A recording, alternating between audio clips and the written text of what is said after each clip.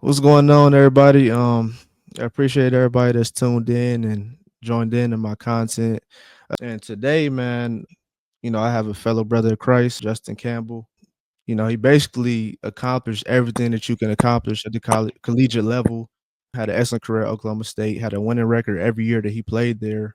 He threw a no hitter against Kansas, which is, that's tough to do. I mean, I never witnessed it in my 4 years of college. He also competed in the USA National Collegiate Baseball team as well, and ultimately drafted to my hometown team, the Cleveland Guardians. But most importantly, man, he's a man of God and a follower of Christ. Appreciate for you to take the time out. Thank you for having me here. It's gonna be a good one. I'm gonna tell you that's gonna be a good one. Yes, sir, man. West Hills, Cali, man. Is that where it all started? I was born, but I was raised in Simi Valley, California, about Okay. from the beach and about 30 minutes from downtown LA. So like probably a little bit in between those two cities right there. Okay. That's what I was gonna ask you too, man. Like what part of Cali was that? So you said it's like 30 minutes. Okay. So you was like close to LA. Water boy. So I want to ask you, man, like, how was your upbringing, man? Grew up in a town that didn't really have much going on. Very safe town. And honestly, I had a baseball in my hand since I was about 3 years old, Uh, and into a uniform by the time I was about 5 years old playing t-ball. I didn't know anything at the time, but my dad, he brought me to know who God was and who Christ is. But I never mhm. looked at it any other way besides knowing that there is a God out there. That kind of, as years went on, obviously, and it obviously got stronger. This past year has been the kicker for sure, knowing that he is with us everywhere we go. But Mm.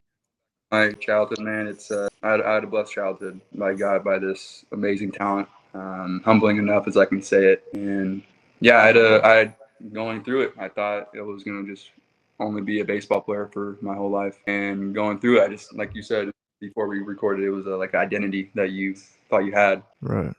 So it didn't really eat me as much as it did until past few years, as we'll get into that later on. But always had safe upbringing for sure. That's a blessing, man. It's always a blessing to, grow up in that environment as well. And also having a father figure, that role to lead you, who Christ is, and just to guide you in life, man. That's so vital, man. And it's almost like it was destined for you. Like you said, you had a baseball in your hand at 3 years old. So I want to ask you, man, transitioning to high school, how was that journey for you, man? It was good. I had a pretty good young career. When I realized that I was going to be doing something with baseball was when I was about 12 years old. I've been on a USA team representing the country 3 times, and the first ever 12U team ever assembled, I was on that team. I won the gold out in Taiwan and brought home the best starting pitcher of the tournament there too. So I had a pretty confident as a freshman, and then freshman year to junior was great. Junior year happened. I had shoulder surgery on my leg. Mhm. Hit one anchor put in. Junior year was a wash. Was able to hit a little bit towards the end. Recovered well for senior year, and senior year blew up pretty good for me. Had a really good year. I think I went 7-1 that year. I could be wrong. With a good ERA too. I was also drafted by the Astros in the 18th round. Denied that. At the time, I was committed to Tulane. About 2 weeks before I was supposed to be on campus, I got a call from the head coach saying that for whatever reason, their administration had to deny my acceptance pretty much, and I had to Mhm. start recruitment. That was like the start of the calling from God, I'm pretty sure, because that call brought me to Oklahoma State for 3 magical years there. And I got to Oklahoma State about 2 weeks in. I was invited to a Bible study for my at my coach's house, and him and his wife. I'm getting chills just talking about it right now. It's very, very lucky, and it's all Mhm. grace too. And I really do believe that everything that has happened up until this point has led me to be closer to Christ. That's a blessing as well, man. How he was guiding your steps, and like some things happen, you probably didn't understand it in the moment, but now reflecting back at it, you're like, okay, now I see, what I mean, how it was such a blessing in disguise, and how he ordered your steps all along, man. It definitely worked out because the career you had at Oklahoma State, man. I know you had a great experience there. You had an awesome career there. But before I go into that, man, I wanted to ask you too. So Cali, when you think about states, right? Like you would say, like Chicago is a basketball state. New York, a basketball state, or whatever. So Cali, like, what would you say is like y'all sport? Like, do you feel like it's baseball? All day. Baseball, yeah. That's what I figured. So the scene there was like It was very competitive then. It's like from little league on to high school. I grew up kind of playing around the same guys through Mhm. events, and I still talk to those guys today, just a little bit of them. Either they're playing ball or not. I reach out to them every once in a while. How was that transition though? Like when you got to Oklahoma State, because I know you wasn't expecting that at first. So how was that initial transition? It wasn't tough, but I was expecting it to be tough. Going to college, I should have mentioned this too. I was on the 15 USA team. We went to Taiwan or Japan. So coming off of that year in 2016 and then going into college, I was pretty confident. I still have all the confidence in the world when I am in between lines. But yeah, as a freshman, you got to work your way up.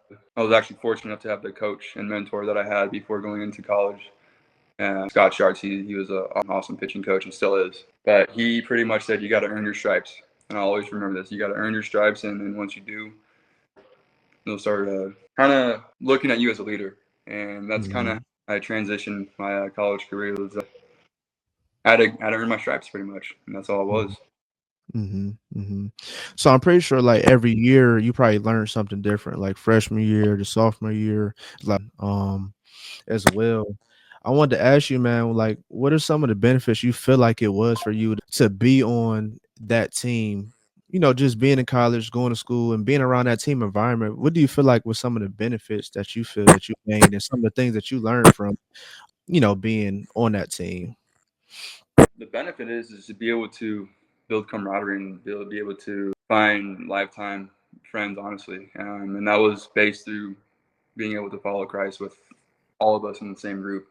Now, Mhm, granted, some guys on the teams through my 3 years that didn't necessarily partake in doing those things, but we all were a pretty good group from time to time. mhm, Freshman was our COVID year, so it was a shortened season. We probably played 19 games. It was a good way to get my feet wet into the next level. Find ways to not go about how I saw other guys work their ways and preparing themselves. And I had to get better as myself. I'm still trying to get better at preparing myself for competition, but that was a good stepping stone to helping myself prepare my body for being able to the best of my ability. mhm, And pretty much the mindset of the game, I was able to create or build this mental game with my own self through my coach at the time, Rob Walton, mentoring on the mental game of baseball. I believe also helped college career too. That was a big thing that he taught. Everything that you can control things just by how you move your thoughts in your brain to build confidence in competition. That's one of the biggest things that I took from college ball. I think if I didn't go to Tulane or go to Oklahoma State, I don't think I would have had the same success I did, nor even find Christ for that matter too. So right. all of it was just a huge blessing, man. And I think too, man, that's something that's not talked about as much, like the mental aspect of the game, because I feel like, people get so caught up in the results and preparing physically, but I feel like when you're mentally locked in, that's when you perform at your best. Definitely being a pitcher. I mean, you have to literally focus every at bat, every pitch is you have to focus, So I'm glad that you touched on that because I feel like that's something that's not talked about in sports in general, not just baseball, but like sports all around the world. Especially going through tough like right now. So yeah, it's mental toughness is real when you're battling injuries too. That is real deal. Mhm. Right. Uh, and I believe, as we'll touch base on it more later, but that's why I'm still standing here today. I don't think I would be in the same position as I was without the mental capacity I do have from going through college and also going through my time with pro ball too. I want to ask you before we touch on like your journey to Christ, man. How was that, experience of getting drafted, man, to my hometown team? How was that overall experience? And it's crazy that you said like it's crazy because I saw that you got drafted in high school, and I feel like a lot of people. You always hear those stories like somebody get drafted out of high school, then they make a decision to go to school. Coming from that and then saying, what, now I'm in this position. Now I'm actually, getting drafted. And you got drafted to like the early rounds. How was that transition and just learning that, your dreams was coming true, man? At the start, it was really I was in high spirits. I was coming off of a pretty prolific college career, Mhm. and in high school, I denied going to pro ball to pretty much bet on myself in a way to get better and honestly get more out of the draft. And that's what happened. Got drafted, got double the amount of money that I was originally offered out of high school. And it's all been great, but it's taught me a lot of things while not being as great as I was expecting it to be. Right as I got drafted, I didn't get sent out to affiliate ball for any season, so I stayed out here in Arizona at the train. Good year. Trained all year. Everything was fine. And going into spring of 23, my arm is giving me a little bit of issues in the nerve area. So like right in this area right here. Didn't really know what was going on for a few months. And then it got to a point where we just had to go get an ultrasound and MRI, and pretty much came back like the only thing that's going to happen, nothing's torn or anything, but we're just going to have to move the nerve to a better spot, make it more comfortable. All I was feeling was just tingling in my hand. Pretty much all of these 4 fingers right here, and a little bit of pulling sensation in my forearm. But get surgery, recover really well. The next spring comes around, spring of 24. This is about 11 months later. 2 weeks before we're supposed to get sent out to affiliate ball, my UCL snaps. So I have to get surgery in April. So May 23rd of 23 was my nerve surgery. April 2nd, my UCL surgery. Come back, healthy again. Rehab went really well, and right as I came back to throwing, so this is about 6 to 7 months later, giving me some issues, and I can't do any form of bending or any form of putting any pressure on it. So we're back to square one again. They had no idea what was going on. They were honestly wanting to inject my wrist with PRP or cortisone, and I'm like, no. I've seen this go down the road way too many times with guys getting cortisone shots or PRP, recover well from it. So the only person that I had the best decision was the person who did my surgery, Dr. Graham. He said, about your trust in yourself, we probably wouldn't be having the surgery right now. And he said I made the best decision I could have made. So within 2.5 years after getting drafted, I've had 3 different arm surgeries. Right here, the big ones, the TJ, the small, the nerve. You can see this little guy right here. Legally scar is the inflammation I had in my wrist. I was pretty much wrapping around ligaments and tendons in there. Very painful. Now we're here. Yeah, so actually, for injury I had, it's more of like the easier injuries I've had so far. About 3 weeks ago, a little grade 2 tear. Not major, so just a little bit of time off, 4 weeks off with no throw. And back here, arm's feeling great. Been praying every day, man, and it's been looking really good from here. So I should be back on the mound, light bullpen on Tuesday, and then Thursday. So hoping by spring or fall action would be great. I would hope to, and praying to get into the fall league to debut.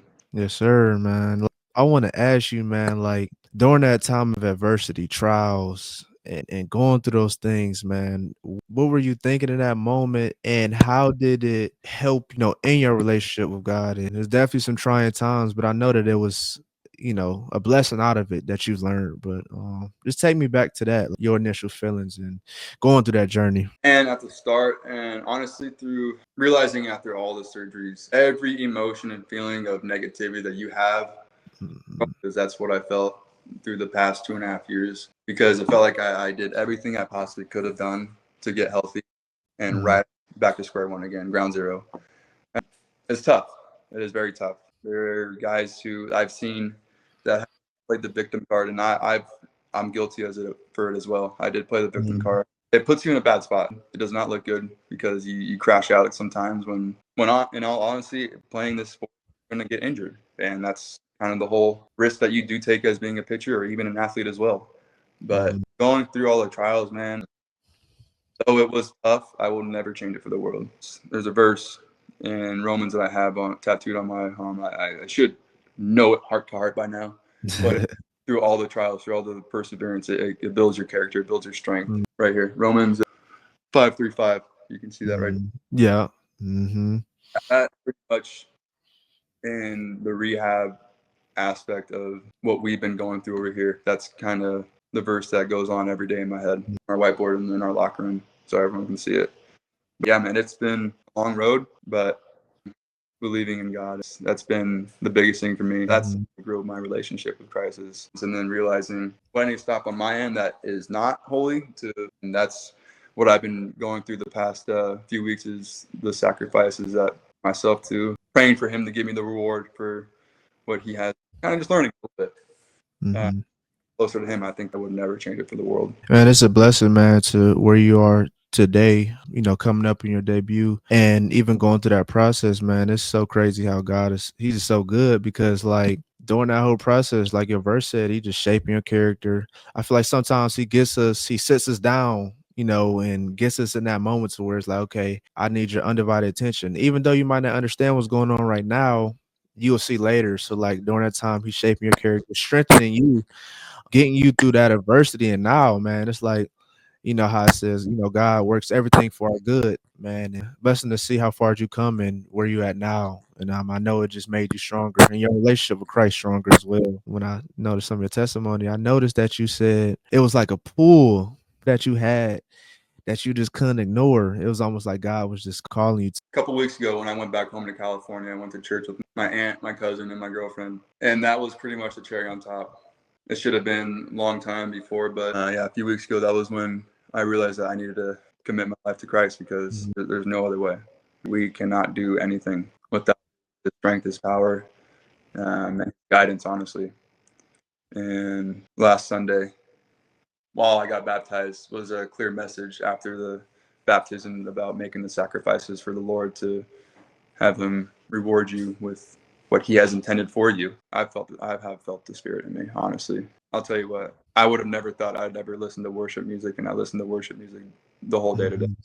Years ago, I thought I would put on worship music or even listening to it, I just got uncomfortable with it, even though I believed in Christ at the time too. But yeah, it's special when you let Christ in and then you see all the things that He brings you and that is from Him. It's easy to separate Him, what is good, compared to what is not Him, and that's the devil. That's been a little bit easier on my battle so far over here. That's crazy that you said you listen to worship music too, because I feel like it's something about it. Like it's just, how would I say, like it's relaxing. It's also peaceful. I feel like music a lot of times, like, it can affect us a lot with the music we listen to. Like that's all in my play. I even listen to Christian rap, or there's no other feeling, no other feeling that I get. Being on the team, right, Oklahoma State, and you said that a couple of your teammates, y'all was in a Bible study. How was that group? Being around other believers and brothers in Christ. It was beautiful. But at the very start of it, I was very shy, vulnerable, not wanting to speak upon anything because I felt included, but I felt like an outsider as well. And then as I kept going and kept seeing the love and the forgiveness and the caring and the want for Christ to have others follow Him through other athletes that went to Bible study. You know Matt Holliday? Yeah, That was my coach there. We went to Bible study at his house, and that he was a coach at Oklahoma State. I didn't even know that. that was like when I first initially got that was pretty much like I can't go away from this. There's no way around this because it is a clear sign that He wants me. Man, that's amazing. Even God placing him in your life and placing those group of guys in your life. And I know it was encouraging for you, you know, getting to experience that. That's something that you'll never forget. And it's an important part of your journey with Christ. Because I know that you learned so much, you was encouraged so much by them and those friends that you can have, brothers, that you can have forever as well. No, I mean, that's a blessing. And I actually saw Matt Holliday and his children. I saw their testimony. It was like a couple weeks ago. So that's actually crazy that you said that. But that's a blessing as well that he was put in your life, man. The man off the field, man, how, has come to Christ, begin to shape you. It's a journey, it's a daily walk with Christ. And, he grows us day by day, step by step, and shapes us to the people that he called us to be. That he wanted to ask you, man, how has Christ begin to shape who you are off the field? Man, I'm going to open up a little bit. I've been smoking weed for the past 6 years, and since Sunday, hearing the message about sacrificing for the Lord, it was an instant message to me.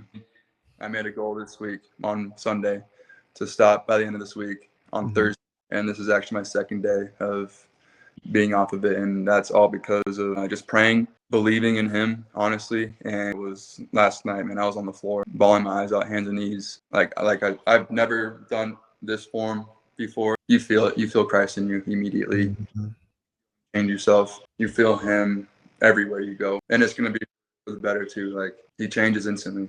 That's all I got. That's a blessing, man. And I commend you for that as well, making that sacrifice, because I feel like every sacrifice that we make is for the better. 'Cause he's already in the future. He know what's best for us. And I know sometimes us as human, we can get involved in things where you're like, oh, this might not be good for me. But God, he ultimately knows what's best for us. It's amazing what God is going to do in your life, man, and through you, man. And I commend you for that. No, the reason why I asked about, you off the field, man, because I think a lot of times we get confused of who we are, right? Who we are as a person. I feel like athletes can get stigmatized or depending on where you grew up at, it's always instilled in you, or like as a male, you have to be a ball player, do some form of entertainment, and that's who you are. But it's not the truth. It's not the truth. That's not who you are. That's not your identity. And I know that you're starting to realize this more and more that, your identity is in Christ. You're a man of God first, and baseball is just one of the gifts that he gave you, and one of the opportunities that he blessed you with. For other athletes out there as well, I want them to understand that, what you do doesn't make who you are. If you're in Christ, who you are in Christ is most important. I mean, shoot, it got to a point where I thought people only knew me because of baseball. Followed me because of baseball, not because I was a person. Yeah, I had other people ask for certain things because I was a ball player, but not because they wanted me for my own, just for like outside of being a baseball player. So like I was able to recognize that at the start. We shouldn't be icons. Right. Icon, and that's the Lord. And there's no one like him. There isn't. That's so true. Looking back at all you've been through, man, your journey, your accomplishments up until this point now, getting baptized, and what is some like advice you have for, younger athletes or, athletes in general? Like, Man, like just keep moving forward. Like just because storms are brewing doesn't mean you can't get out of it. Like storms end for a reason, As long as you are with him through that whole frame, you'll see some things that you would really love to see. And don't lose faith, don't lose hope. Always believe in him, always trust him. That God is always by your side, There's no way that you should go around God, because if you go around it, man, you'll be in a dark spot. And I've been through some dark times too, and I didn't have God in my corner as I do now. I'm excited to see how your career unfolds. I know that God is going to bless you tremendously. And now I know you're gonna be so much sharper now because you're walking with Christ, your relationship is strengthened with Christ, and He's gonna give you that clarity, gonna guide you all the way through. And man, I'm just excited, man, because you went through a lot to get to this point, but now that we're here, debut is coming up, man. I'm rooting for you, man. And everything that you went through is inspiring me, encouraged me. So I just, commend you for everything that you've been through to the man that you are today, man, and taking that leap of faith and trusting in God, man. And I'm just excited for you. And like I said, we're rooting for you, man. In Cleveland, we rooting for you. we So appreciate you again, man, for joining in with me, and God bless, man, you and the family. Thank you for having me on here. Yes, sir.